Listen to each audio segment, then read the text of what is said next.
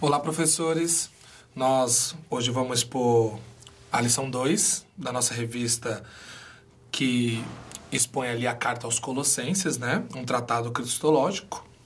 A lição 1, como a gente tinha falado na semana passada, ela foi mais um passo a passo para interpretarmos ali a epístola, principalmente para o jovem ele pegar sem nenhum tipo de conhecimento prévio e ver como que ele lê, como que ele segmenta, como que ele aplica. E, obviamente que vocês, professores, na aula passada puderam auxiliá-los melhor nessa tarefa em relação a isso. E nessa lição 2, ainda sem entrar no texto propriamente dito, né, por mais que aí o texto bíblico ele seja o versículo 1 e o versículo 2, ele é mais simbólico no sentido de nós estamos começando a carta. Mas sem entrar no texto propriamente dito, nós vamos falar o contexto daquela carta, daquela cidade, as aplicações. Ali, essa lição, professores, eu preciso fazer um parênteses aqui para vocês. Essa lição ela é um pouco mais teológica mesmo. Eu sei que na maioria das vezes a gente coloca ali pontos do texto, né? A gente vai tirando ali ideias do texto bíblico e vai aplicando elas. Nessa lição a gente tem menos aplicações porque a ideia, assim como foi a primeira, mas no sentido muito mais geral, aqui ela mais já da epístola mesmo, né? É segmentar tudo que nós vamos ver durante todo o resto da revista.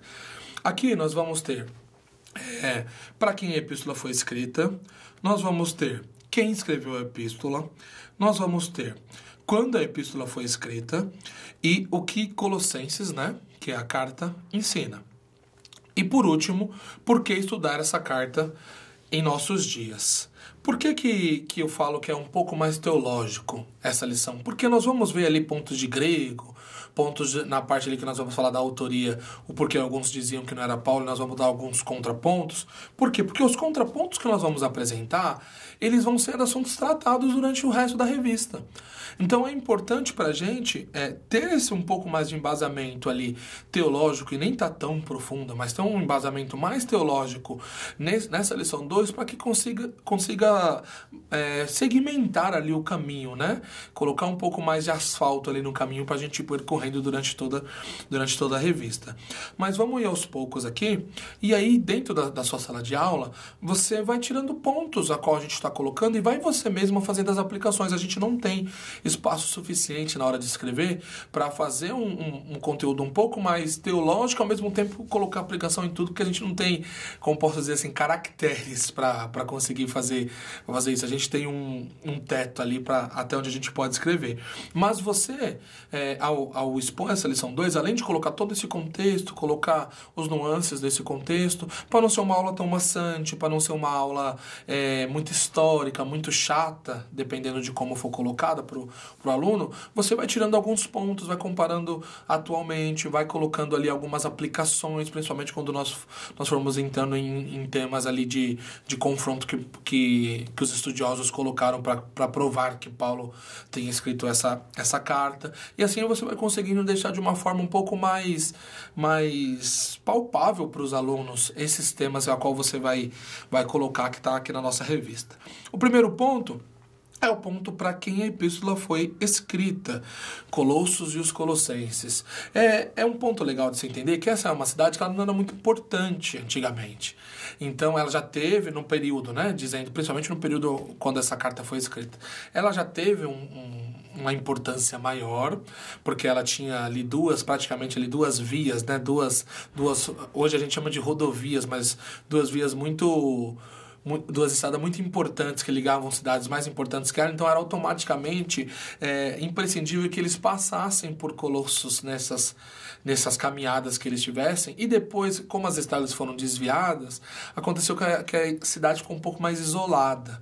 Então ela não é uma cidade tão grande, ela não é uma cidade com muitas riquezas, ela não é uma cidade que apresenta ali conceitos que nós vemos em outras cidades, como Corinto, como em outras cidades como Éfeso. Então ela é uma cidade um pouco mais, não vou dizer rural, mas ela é uma cidade um pouco menos importante do que as suas vizinhas, Laodiceia, entre outras ali, que está ali naquele mesmo contexto delas. Eles tiveram ali, eles tinham a cidade porque teve uma invasão de judeus na cidade alguns anos antes, e ali eles tinham um bom número de judeus, então a gente entende que até os ataques que foram feitos, a gente falou na lição passada, vamos falar ainda um pouco mais, em relação à circuncisão, esses falsos mestres que apareciam na igreja, porque ali tinha assim um bom arcabouço judaico ali, porque essa invasão judaica um pouco anterior a essa época que nós estamos com a revista em si, escrevendo sobre ela fez uma base muito forte ali dos costumes judaicos naquela cidade, por mais que ainda a carta em si foi escrita com uma linguagem um pouco mais para os gentios. Então, dessa forma, é importante nós termos daquela cidade de que ela não é uma cidade super importante. Ela era uma cidadezinha. Eu sei que o termo é um pouco pejorativo, mas ela era uma cidadezinha. E essa cidadezinha tinha esses problemas, mas que deu uma das cartas pra gente mais maravilhosas que nós temos aí no Novo Testamento. Quem escreveu a epístola? A epístola, ela foi escrita, o ponto central que a gente chega é que ela foi escrita por Paulo.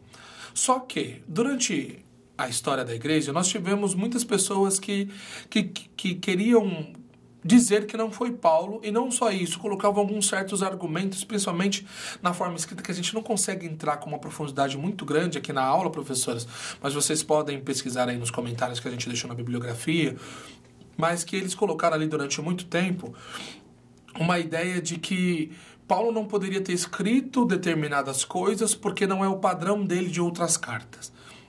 E isso foi mostrando durante, nós vamos mostrando durante a exposição da carta, principalmente dos pontos que nós vamos colocar aí nesse segundo tópico, que eles não eram argumentos assim muito aceitáveis. Porque o fato de uma pessoa mudar uma coisa ou outra na sua escrita, ou ter um pensamento um pouco mais fundamentado em determinados assuntos, não implica que a pessoa que escreveu há 20 anos, ou 10 anos, ou 5 anos atrás, não seja a mesma que vai escrever agora. Então, esses argumentos foram colocados duvidando muito da autoria do apóstolo, mas que eles não tiveram muita base assim, para segurar essa tese. Então, no final de tudo, nós vamos chegar à conclusão de que foi Paulo que escreveu. Alguns pontos eram levadas, eu coloquei aí para você 4, mas são mais do que 4. Eu coloquei 4 que nós vamos usar ali durante o resto da revista. O primeiro era o grego. Muitas palavras usadas por Paulo em Colossenses não são encontradas em outras cartas que o apóstolo escreveu. Então, não é porque ele não utilizou determinadas palavras em outras cartas que ele não poderia ter utilizado nessa. O assunto, obviamente, não é o mesmo assunto que ele tratou em outras cartas. A maneira como Paulo trata a cristologia aqui, que nós vamos ver um pouco mais para frente, é uma maneira um pouco mais profunda. Então, automaticamente, ele pode usar ali palavras que ele não utilizou anteriormente. Segundo, a autoridade, que nesse ponto é mencionado que Paulo transfere essa autoridade a Epáfras, é semelhante ao catolicismo primitivo.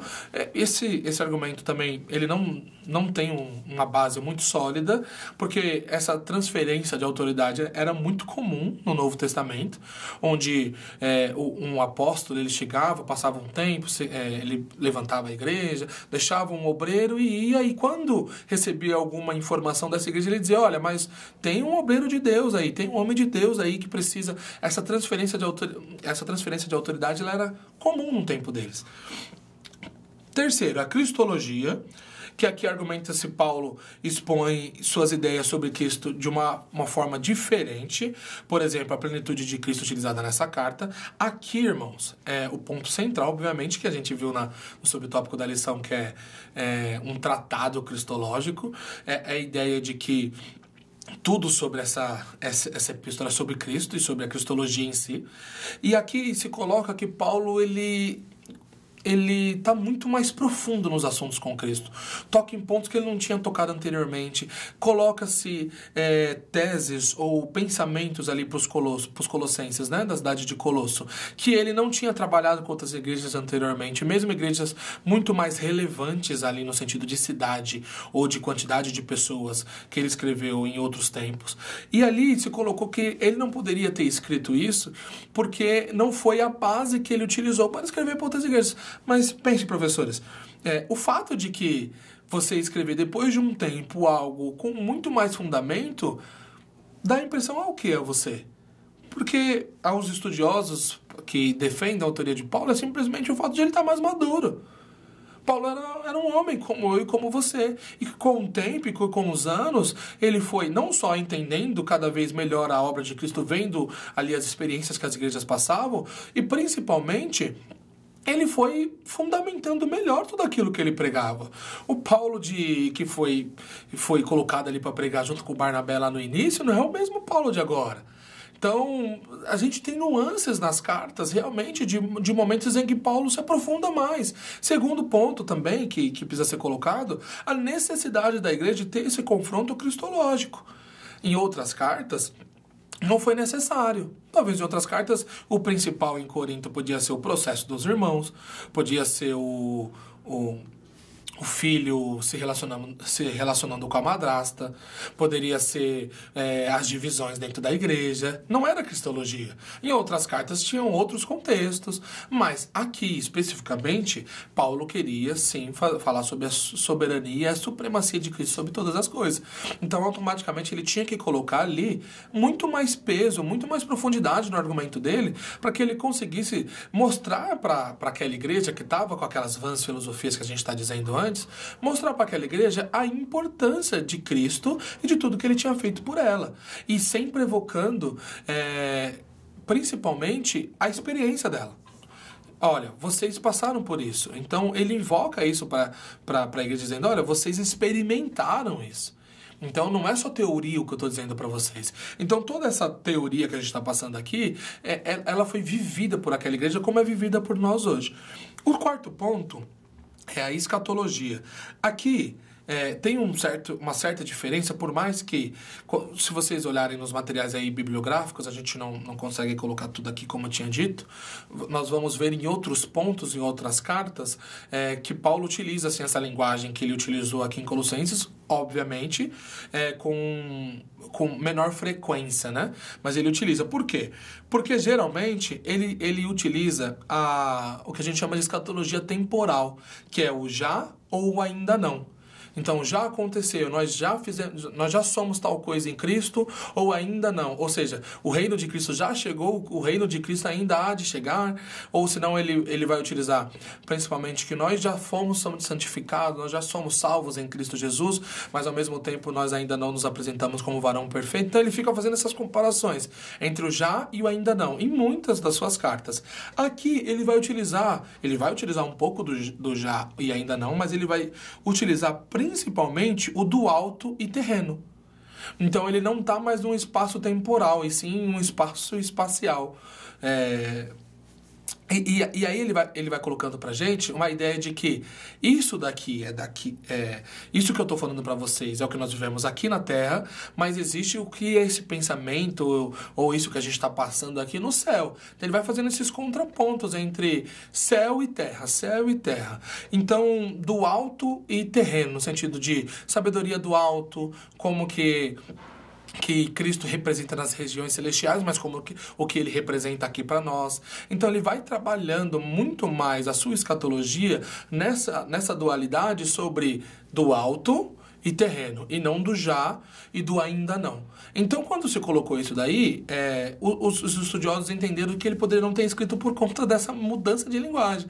Mas, voltando aos argumentos anteriores, a única diferença é que ele identificou que essa igreja precisaria desse tipo de assunto, sendo tratada dessa forma, e não conforme ele trabalhou em outras igrejas. Então, pensar que o apóstolo tinha que se resumir ao que ele já escreveu em outras igrejas, não faz o mínimo sentido. Então, nós colocamos aí 4 pontos para vocês, obviamente que vocês podem encontrar outros, mas esses 4 pontos que nós colocamos, autoridade, cristologia, escatologia, são temas que nós vamos tratando durante as outras lições, e por isso é importante que nós segmentemos isso na cabeça dos nossos alunos para que consigamos seguir esse caminho muito mais tranquilo, porque eles vão tendo mais bases durante as lições anteriores e assim a gente vai conseguindo construir ali um pensamento muito melhor, tá? Aí nós vamos ter aí, quando a epístola foi escrita, que aí a base, vamos dizer assim, um consenso que nós chegamos ali nos estudos é de 60 a 61 depois de Cristo. Nós temos também o que os colossenses ensinam, que geralmente, professores, se vocês pegarem aqueles comentários bíblicos grandes, comentário bíblico pentecostal, comentário bíblico NVI, você vai perceber ali nas primeiras páginas que ele geralmente coloca aquele esqueleto mostrando todos os assuntos. Aqui, como a gente não tinha caracteres para fazer isso, a gente colocamos aí então 4 pontos, 5, 6 pontos que Paulo vai utilizar bastante durante essa carta, sendo eles Cristo, criação e poderes, igreja, evangelho, escatologia e uma vida nova. Todos esses pontos Paulo vai utilizar muito durante toda a carta e eles são meio bases para que a gente entenda todo o pensamento. Obviamente que, se a gente for ver, serve sim como uma escadinha de entendimento. Então, ali, aprender sobre Cristo, sobre a sua obra, sobre a sua criação e sobre os poderes, o contato dele com a igreja a partir disso, o evangelho que é pregado na igreja, a escatologia no sentido de, tá bom, a gente vive esse evangelho e o que há de vir, e essa vida nova que nós temos a partir do contato que nós temos com o sacrifício da ressurreição de Cristo. Então, esses pontos que vão ser trabalhados na lição, eles são extremamente atuais para nós, e além de serem extremamente atuais, eles nos mostram durante toda a epístola o quanto tudo isso vai se resumir em como eles vão viver no final. Essa vida nova em Cristo tem que ter como base dela a supremacia de Cristo. E aí ele vai explicar teoricamente o que é a supremacia de Cristo durante o capítulo 1 e até um pouco mais os outros capítulos.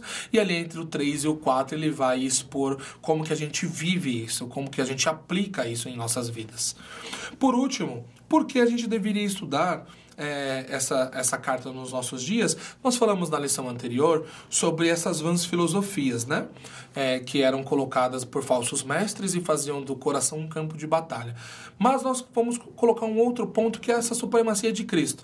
Hoje, professores, em vários aspectos, em vários lugares, em várias mídias, se tem um trabalho para se colocar Cristo como em uma posição que ele não tem, muito inferior à qual ele está. Então, as pessoas tentam colocar Cristo mais como esses dias atrás eu estava conversando com uma pessoa que ela estava colocando Cristo como o maior coach da história. Então nós temos colocado assim, as pessoas vão colocando Cristo em lugares muito subjetivos e lugares muito mais ligados ao que eles pensam sobre Jesus. Então é como se eles pegassem Jesus e colocassem dentro da caixinha que eles querem. Então para mim, eu creio que esse mundo precisa de amor, então Jesus para eles vai ser amor. Eu acho que esse mundo está muito ruim, precisa de justiça, então Jesus vai ser justiça. E vamos se resumindo Cristo em relação a... Não, eu creio que Cristo seja só para a igreja, então as pessoas de fora, elas têm que ou chegam logo a Cristo, elas vão tudo morrer e ir para o inferno e vão viver uma vida miseravelmente. E ao mesmo tempo os crentes têm crise de ver o ímpio dando uma de Asaf, né? Ver o ímpio prosperando e ele não. Então nós vamos percebendo que durante muito tempo, e hoje principalmente com esse acesso que nós temos às mídias sociais, as pessoas tentando desconstruir ou minimizar ou mesmo colocar Cristo dentro de caixas muito pequenas que só resolvem as necessidades que ele tem em sua vida. E aí, aqui nós vamos perceber que Cristo ele é supremo sobre todas as coisas, tanto no céu, quanto na terra, quanto na vida da criação, como na nova vida, né, que nós temos a partir da sua morte e da sua ressurreição.